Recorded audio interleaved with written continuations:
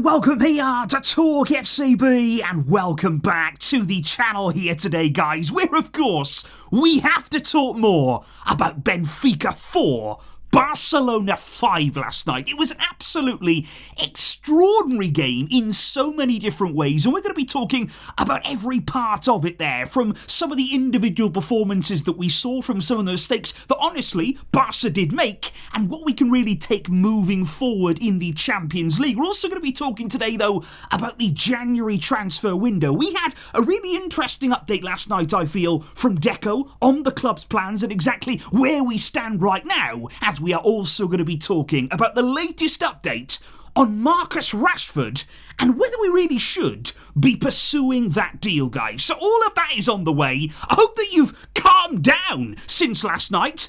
I don't think I have. So let's do it, because we do have to kick off first of all, guys, with some very special super thanks shout-outs here, because we had a birthday from Eduardo, and that was yesterday on match day, and he says right here, here's a stat: Barca have never ever lost on his birthday, and quite incredibly, the streak goes on after yesterday's game. And a big thank you as well right here to Bio. He's coming in with a big one, and he says that Barca and Hansi Flick seem to be after our lives.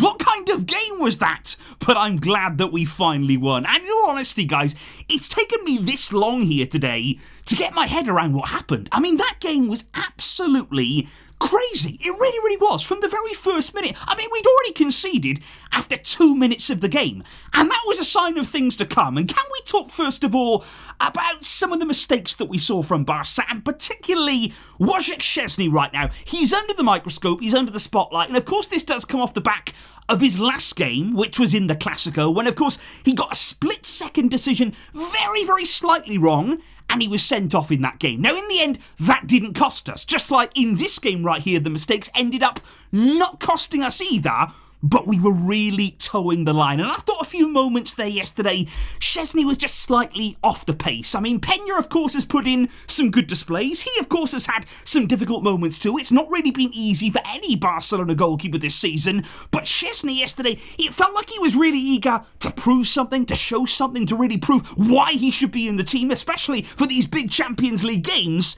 But I think the confidence there might have taken a bit of a hit after yesterday's game. But one thing he would have to say in fairness is, although the first half was tough for him, in the second half, and especially there in the very final minutes of the game, remember when Angel Di Maria, he's through on goal, we allowed again all of that space there to open up. He was in one-on-one, massive save from Szczesny. So although he had some really difficult moments, he did pull off a very, very big stop in the end. But it is going to be interesting to see now, moving forward, what does Hansi Flick do? Because all the way through the season, he's been so focused on Peña. He said, look, Peña is my number one. Is that now going to continue to be the case, and even in the Champions League, guys? What would you do if you were in Flick's shoes? But speaking of the coach, speaking of Hansi Flick himself, I think we also have to really compliment here, again looking at the second half, the changes that were made. And I think one big positive yesterday, aside from all of the mental side that we're going to move on to, but one of the big positives was the impact from the bench, from several different players there. The way the game changed, the way that Hansi Flick was honestly able to impact the game there. Frenkie de Jong came on for Marc Asado again in the second half, just like at the weekend against Getafe. And I thought Frenkie did very, very well in this game. I thought he just calmed things down a bit there, a little bit of stability in midfield. I think he really, really did help us. I thought Fermin came on, gave us real energy as well, and that's what we needed. In last night's game, we were chasing it. It wasn't easy. It was very, very end-to-end, of course, at times, and he really did give us a bit of an edge in the final third. And you've got to say as well, what a goal from Eric Garcia. I mean, it's a phenomenal ball in it was from Pedri, but Eric Garcia just steamrolling his way onto that header. Ferran came on as well and had an impact. Even Gerard Martin in the final minutes of the game there coming on. But I do think the subs had an impact. I think they need to continue to do that now. We need to have players coming on who affect the game, who show their quality, who ultimately put forward their name now. Okay, I've come on, I've done well, I've put my name in the hat, and now I'm pushing for that starting place at the weekend. That has to be the mentality, and that was really pleasing from yesterday's game. But I think the one big concern that I have here after this match, and I think many other Barcelona fans watching on yesterday, again, we have to talk about the high line. And again, we have to talk about the fact here that Benfica time and time and time and time again, they breached that high line. And it was quite difficult to watch. It was quite nervy. It was quite ugly at times. How easy. And not just that they were getting in behind. It's not as if they were having to work all that hard. You know, it was one pass here, it was one pass there. They were absolutely shredding and splitting our defence apart. And that has to be a worry for Hansi Flick, because ultimately, this is how we play. This is his philosophy. This is the way that he's going to set up the team in every single game. I don't expect that to change. I never ever have this season. And of course, we've had success, big success with the high line. But we need to kind of make sure that we always have that high level. And we're not doing that. And maybe, again, I've said this before, it might not be possible to play with the intensity required for that high line when you're playing every 3 days. This has been a really hectic start to the new year here. I mean, we've already played, for example, 5 different cup games already here. You know, we're midway into January. We played 5 different cup matches, and that's before you even get on to talk about the league here. Every single 3-day period, having to play a match, having to bring the intensity, the pressing that's required to hold that high line. It's not easy, and it is actually verging on impossible for this team. And again, that's when you look at rotation, that's when you look here at really switching things around and keeping things fresh. But I do think here, Flick is bound to be having a few nervy thoughts here, a few difficult thoughts about the high line, about watching that kind of performance yesterday. And it can't be that easy. It cannot be that easy for any opponent, especially in the Champions League, to cut through you.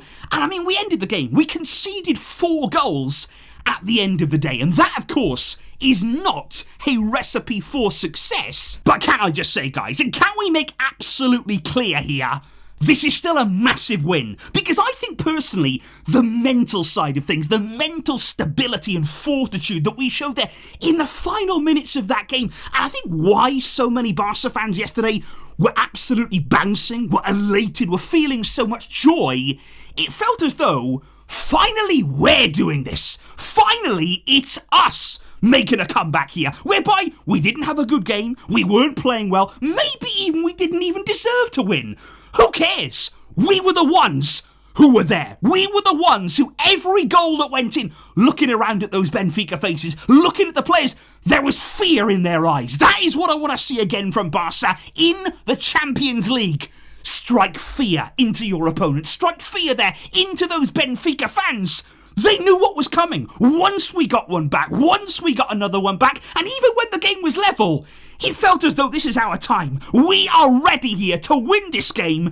And it's been a long time in the Champions League since we have been that dominant force, that we have been the ones making the comeback, rather than it being us, and as we've seen many times over the past years, who are suffering the heartbreak. But I think this is where it gets very interesting right here and now, guys, because looking at a game like yesterday, and like I said, all the different fixtures, all the demands on this squad, you could probably say, well, surely we would benefit then from doing something in the January transfer window there, bringing in some sort of alternative, some sort of help for Hansi Flick to just keep that squad fresh, to ultimately bolster our options to go deep into these tournaments as we want to do. And I think January, it is a really important month for us, and yet it's kind of passing us by. It is kind of here just drifting through, and we haven't actually done anything yet. We haven't actually achieved anything in this window. And even listening to Deco last night, I'm not sure what's going to happen now, because he has said in the final days,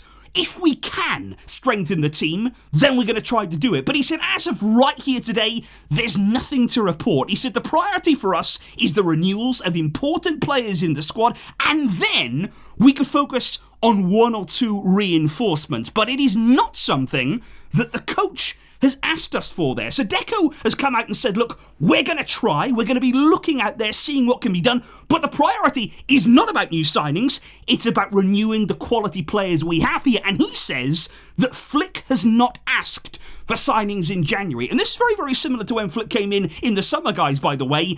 He doesn't seem to make demands of the board. He doesn't seem to say, look, I need this, and this in order to be competitive, in order to play the football that I want to play. It doesn't seem as though Flick is that kind of coach, really. He is happy to work with what he has. He is happy to try and get the very best out of the squad that he has, and also, of course, using younger players when possible and giving them opportunities. And right now what we're hearing is this week, or maybe towards the end of the week, maybe start of next week, those those new contracts will start really taking shape there. Ronald Araujo, for one, will sign his brand new deal at the club. We've got new deals incoming for Pedri as well, Gavi, and also Gerard Martin is going to be renewing at the club there. So Deco is prioritising those kinds of deals before any potential incomings. Well, what's happening with Rashford then? Because we continue to hear a lot of rumours about him. And can I say that on Tuesday, when we were playing away at Benfica in Portugal, his agents did actually meet with Barca. So these talks right now, guys, they are still going on. It is still very much so a work in progress when it comes to Marcus Rashford and Barca. And during those meetings, it was made clear from Rashford's side, he is waiting for Barca. He has got other options on the table. Other clubs have been very interested in signing him. But as is often the case in these sorts of situations, Rashford wants Barca, and he is willing to wait right up until the final days of the window to make it happen. But will it happen? And actually, should it happen? Because let me just make it clear here. In order for Marcus Rashford to join Barca, in order there to have the wage capacity we need to make this deal happen, Ansu Fati would need to leave the club. And not only that, but also Eric Garcia, of course. One of those players who had an impact yesterday. One of those players who may be not a key player at the club. He may not be somebody who we're basing our entire future around. But at the same time, he's playing a part. He has a part to play. He does have a role in Hansi Flick's squad. And those players can be very, very effective over the course of a long, long season. So Ansu and Eric would both need to leave in order for Rashford to join. And what I want to say about that is, according to multiple reports there in the media right now, if Rashford was to arrive, why we'd need to free up that kind of wage space is that from January up until the summer, it will cost Barca €9 million in terms of wages for Rashford. Now, I've mentioned before at Man United, he's on massive money. He's on absolutely colossal wages. They're paying him huge money. That's one of the reasons why probably they're trying to force him out right now. They're also trying to save on some money. And my concern has always been those wages, because I personally don't think we should be breaking the bank to sign Rashford. Now, I know you might say, well, 9 million, it's neither here or there. But for a few months of football, for a few months really, €9 million in wages? That is a lot of money there to spend on Marcus Rashford. You know, I understand that we maybe want to have a bit of an impact. We want to get somebody in who can provide quality here and there.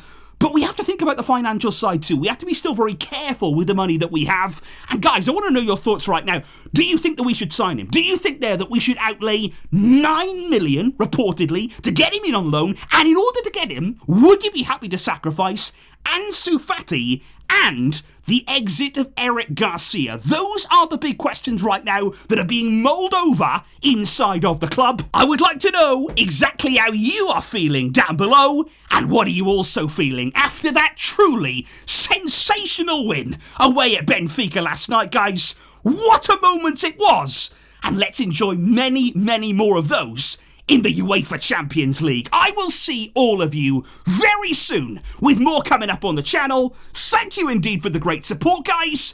But until next time, as always, Vejska, El Barça.